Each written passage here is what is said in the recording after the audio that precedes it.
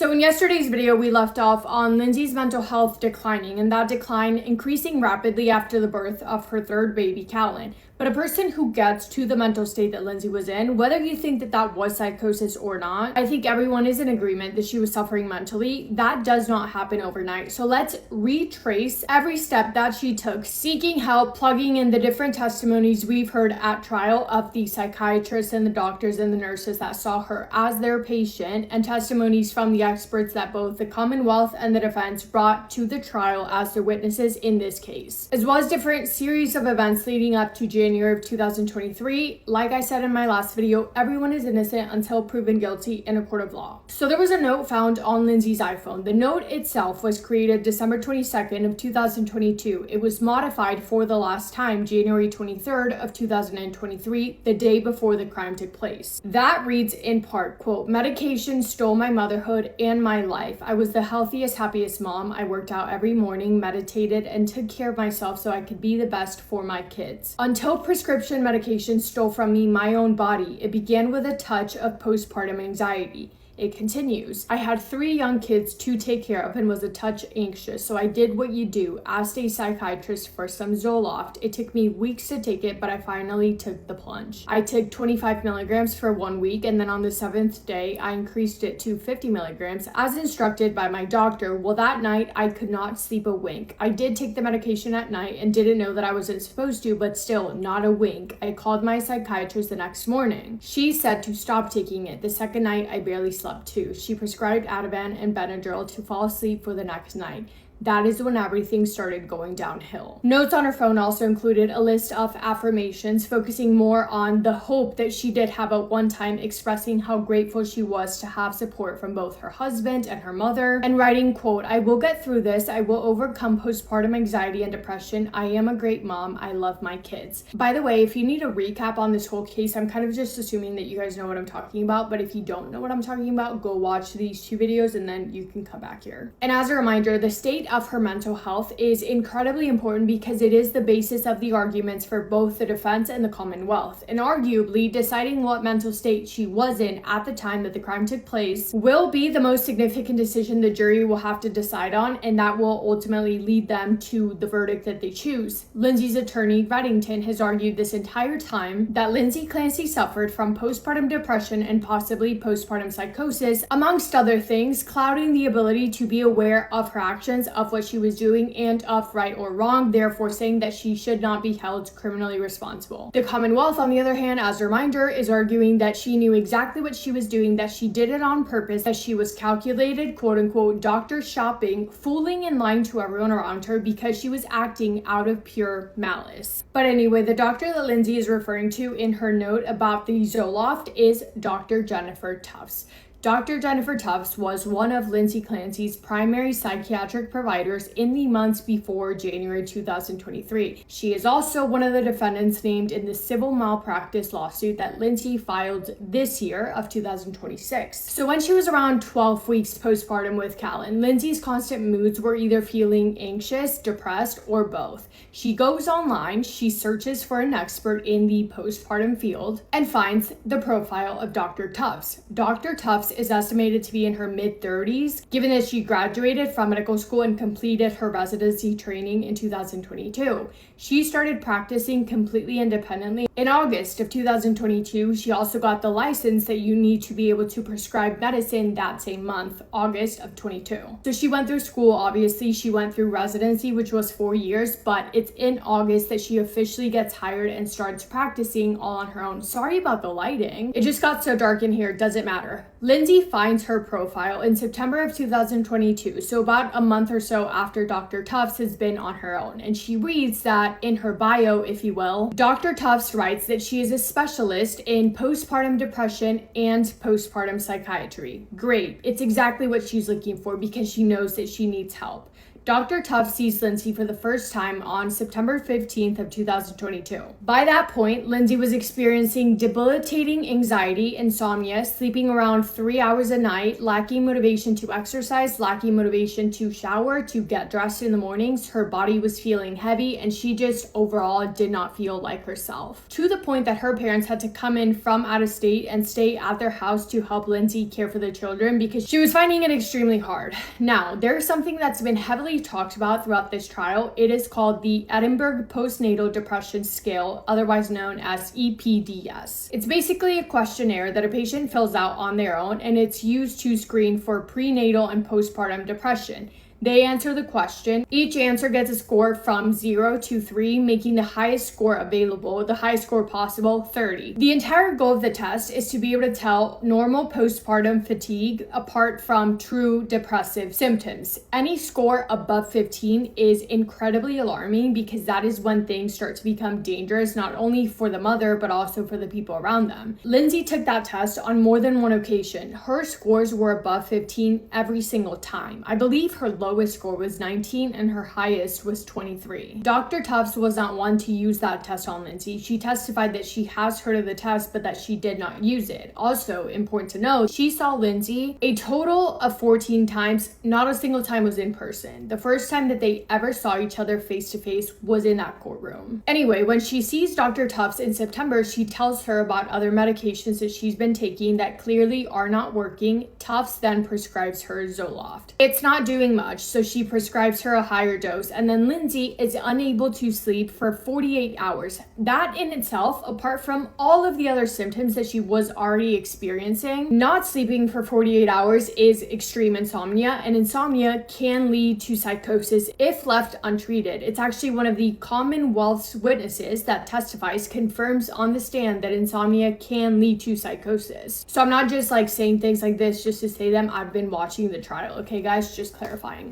Also, during the trial, Reddington is asking Tufts about this, and he asks her if Lindsay told her about previous medications that she had taken, in the case that those medications could possibly clash with other medications that Tufts would be able to prescribe her. And Dr. Tufts, throughout the time that she had Lindsay as a patient, did describe her at least 10 different medications. From September to January, at least 10. I think the number is closer to 12. And that's apart from every other medication that she was prescribed by other doctors. Tufts testifies that Lindsay did tell her about previous medical history, but that she did not mention any side effects. And Reddington says, okay, so if the sick patient doesn't tell you about side effects, then do you just assume that there are none and you don't ask further questions? And Tufts answers that by saying that she had no reason to be concerned or to ask her sick patient further questions. Lindsay also says that she was hesitant at first to take Zoloft because she had concerns about breastfeeding, but when things kept going from bad to worse, she made the decision that she had to stop breastfeeding to take the medicine in the hopes that it would be able to help her. And by the way, when a woman stops breastfeeding, something happens in their brain, something that Reddington described to be a change in the quote organic matter of the brain.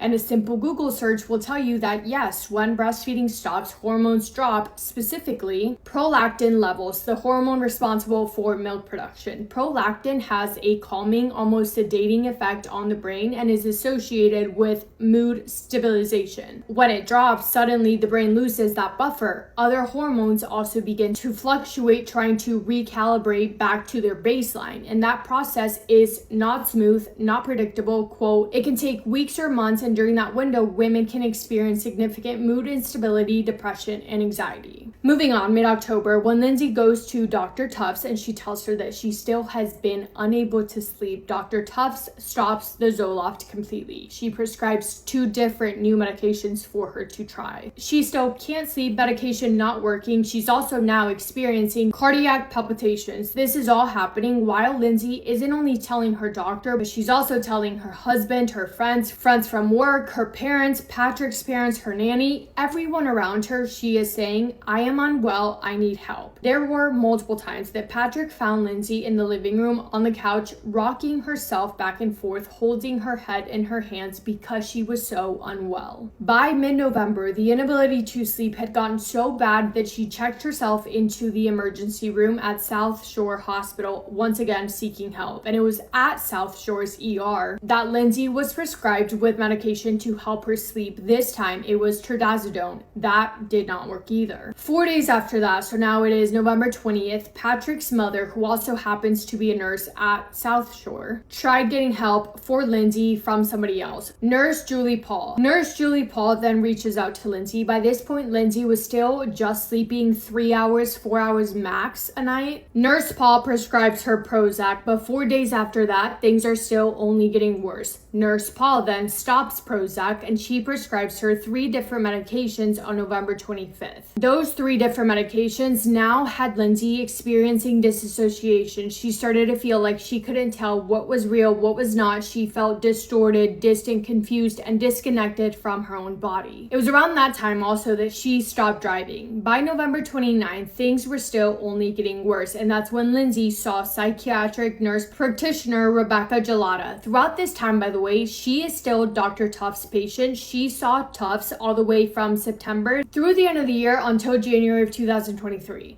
Lindsay saw Nurse Jollotta a total of 3 times. She also prescribed Lindsay a combination of different medications. During Jollotta's cross-examinations, Reddington asks her if she was aware that Lindsay had been seeing a psychiatrist, Dr. Tufts. Jollotta says yes. Reddington asks her if she ever spoke to Dr. Tufts. Jollotta says no. Reddington asks her if she ever requested to see Dr. Tufts' medical records, given that she was someone who had already been prescribing Lindsay different medications. Jollotta says no. Nurse Jollotta was considering the possibility that Lindsay might have been showing signs of bipolar, so she prescribes her 25 milligrams of Seroquel, an antipsychotic and mood stabilizer. And now, reading through every single little thing that happened would take me hours, so we're gonna jump ahead some time, but the point is that Lindsay was still declining rapidly. She lost 15 pounds, not on purpose. She started having panic attacks, confusions, what she called hallucinations. She also called this hotline twice, begging for help, and yet after both of those phone calls, when she called as an emergency seeking help, saying, hey, I am thinking about doing this and it's scaring me. By that point, by the way, Lindsay was convinced that her brain was broken and that there was no fixing it because it was that far gone. That is what she thought in her head. She wrote about this in her notes. But anyway, she asks and she tells them that she's thinking about doing this, and she is asked, well, do you have a plan for how you would do it? And she says no. And because of that, she was turned away. She was told that she did not meet the criteria for inpatient treatment because she did not have a set plan on what she was going to do to herself. Patrick starts to get really concerned because Lindsay has now communicated to both himself and her mother that she was now starting to have thoughts about harming the children. He communicates this to Nurse Jollotta, saying, hey, Lindsay is 10,000 times worse since she started taking the medications that you prescribed. Is there a way that we can get her off the medications and start from scratch? And he asks her, is it possible that there could be some sort of mistake, such as maybe prescribing her the wrong medications because they are in fact making her worse and not better? Nurse Jollotta tells him that yeah, it's possible, and yet she still continues to increase the Seroquel dosage that she once started at 25 milligrams towards 400 milligrams per day. Jollotta recommends to Lindsay that she should admit herself to a day program at a place called Women and Infants Hospital located in Rhode Island. They offered this program that was intended for patients struggling with postpartum depression. So Lindsay goes to check herself in, like Jollotta suggested that she do. Jollotta testifies on the stand that she was very invested with Lindsay as her patient and very concerned for Lindsay because she understood that she was very mentally ill. And yet, once she sends her off to Women and Infants, does she follow up to see how it goes? No. Does she check in to see if they treated her and what medications, if any, they gave her? No. Does she actually touch base with them at all with the program that she recommended to her patient? She does not. Reddington asks her why, and her answer is that Lindsay, her very mentally ill patient, told her that she was hoping to be able to check into the program for 2 weeks. But because Jollotta failed to follow up, she had no idea that Lindsay was turned away, denied from the program, and she had no idea that the reason as to why Lindsay was turned away was because they thought that Lindsay Clancy was over-medicated. It was their opinion that she was taking too many of the wrong medications, and therefore her issues had more so to do with the medications that she was taking and less so to do with what was actually going on inside of her head. Did Women and Infants Hospital get a history of Lindsay's medical records? No. Did they inquire about what postpartum had been like for Lindsay? No. Did they take the time to properly evaluate Lindsay before turning her away? Not really. Someone from the hospital one time tried to contact Jollotta, but Jollotta did not respond and she never called back, and that was that. And according to Jollotta's testimony in trial, she never received a call from them. On December 31st of 2022, Lindsay admits herself to McLean Hospital, the nation's top-ranked psychiatric hospital, due to her severe depression and ideation.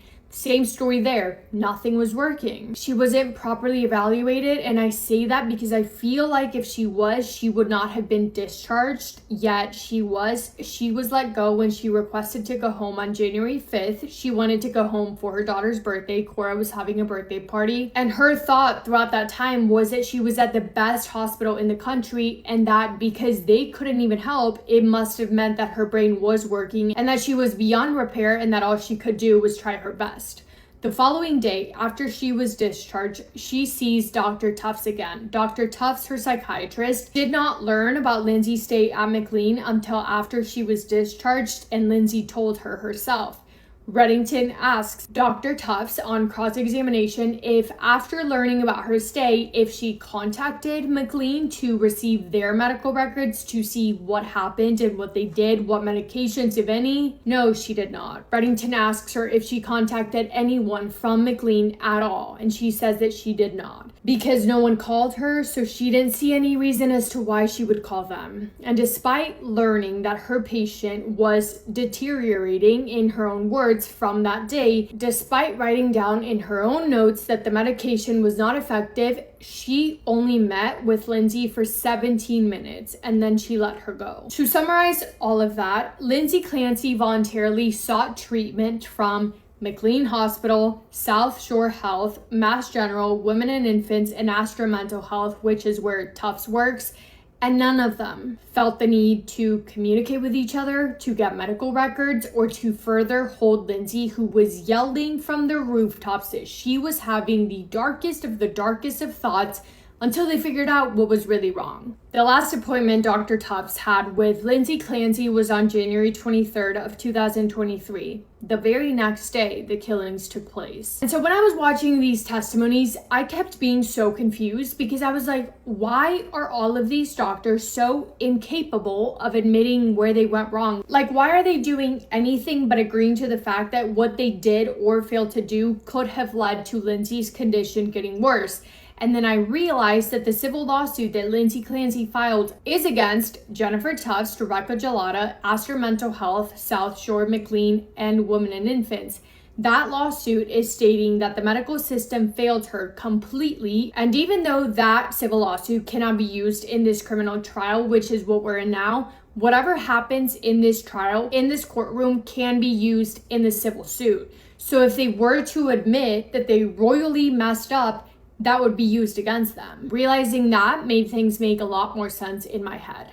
Now, another thing that has been argued in court is a point that the Commonwealth is attempting to make, that Lindsay Clancy was doctor shopping and that she was going around to all these different doctors and nurses and lying to all of them, when what she was really doing was trying to get more and more medication because she just really wanted it. To think that they have any leg to stand on in that argument is quite unbelievable to me. But the one thing that I can see that would make them say that she was lying is the fact that Lindsay, although telling her husband and her mother that she was having thoughts about harming the children, she did not tell any of her doctors. And I can see how you can twist that in a way to say that she was lying. However, what makes a lot more sense in my head is how Reddington explains it. He says, well, first of all, Lindsay was severely mentally ill, not a little bit sick, not sick only at times, incredibly dangerously sick. To fault the incredibly sick patient because she wasn't forthcoming about information is insane, because that's not how it's supposed to work. First of all, it should be the doctors trying to dig out information from Lindsay, not the other way around. But also, if she would have told the medical providers that she was having these thoughts about her children, they would legally have to report it, and it is very likely that Cora, Dawson, and Callan would have been taken away from her. And that was the last thing that she wanted. Remember, her anxiety started because she could not handle being away from the children, so she would not have been able to handle if they got taken away from her. So yeah, it makes sense that she would not have wanted that to happen, but did she withhold that information from the doctors because she was planning a cold, calculated, premeditated murder?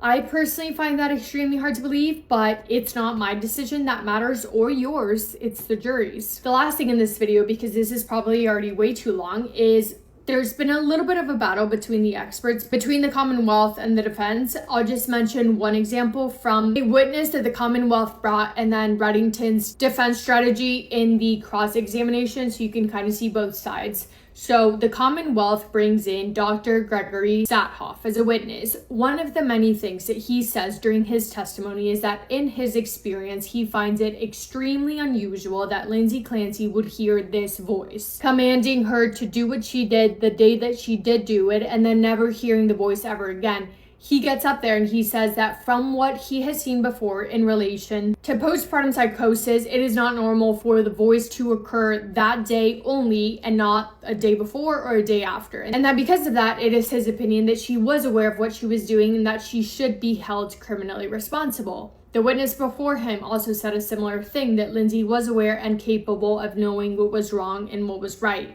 Reddington, for both of those witnesses, used a cross-examination strategy to dismantle the expert's credibility, basically, and highlight the severity of how mentally unwell Lindsay Clancy actually was. A big thing that he did was question them both on whether they agree that interviewing a person, in this case Lindsay Clancy, is more beneficial the closer it is to the day of the crime. In this case, that would have been back in 2023. Both witnesses were not brought onto this case until this year, 2026. The first one interviewed Lindsay in April of 2026 and the second one in May of 2026. They both agreed that generally, the sooner an evaluator can examine someone after the alleged offense, the better the information available. Reddington also pointed out that Sathoff had treated thousands of people with psychosis over his career, but had only ever treated 2 women with postpartum psychosis specifically, arguing that he lacked the specialized expertise to make claims about how postpartum psychosis specifically presents. He did the same with the other witness, the other doctor, questioning his credibility about how much experience he actually had with postpartum psychosis specifically, really making it a point that depression is not the same thing as postpartum depression, and that psychosis is not the same thing as postpartum psychosis. So yeah, that is my best attempt at laying out Lindsay Clancy's medical history, hopefully in a way that makes sense, because there's a lot of big words, a lot of doctors, a lot of medical talk, so I don't know, hope you guys understood that. I think next we'll probably go into the day of timeline and what different people testified to in regards to that specific day, or perhaps we'll talk about the crime scene in detail. I have to think through it and think of what I think makes the most sense to talk about next, but do let me know if you have any opinions on that. Anyway, that's it from me today. Let me know your thoughts.